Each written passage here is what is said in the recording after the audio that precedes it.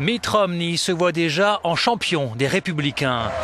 L'ancien gouverneur du Massachusetts sera quasiment assuré d'affronter Barack Obama à la présidentielle américaine s'il remporte les prochains caucus en Caroline du Sud. Après sa victoire dans le New Hampshire, il a de nouveau fustigé le bilan du président des États-Unis. On se souvient quand Barack Obama était venu il y a 4 ans dans le New Hampshire. Il avait promis de rassembler les gens, de changer le système en panne de Washington, d'améliorer notre nation. C'était le temps des promesses faites par un candidat plein d'espoir. Mais aujourd'hui, nous faisons face au bilan décevant d'un président qui a échoué. Deuxième dans le New Hampshire, Ron Paul, lui, ne s'avoue pas encore vaincu. Le doyen des Républicains espère rattraper son retard dans 10 jours en Caroline du Sud. Mais pour l'instant, les sondages dans cet État très conservateur ne plaident pas en sa faveur.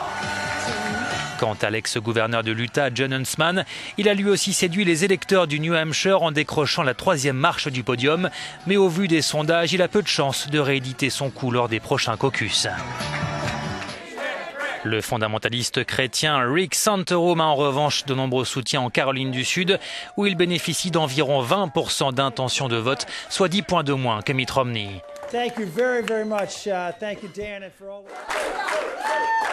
L'ancien président de la Chambre des représentants, Newt Gingrich, a lui aussi des raisons d'espérer en Caroline du Sud.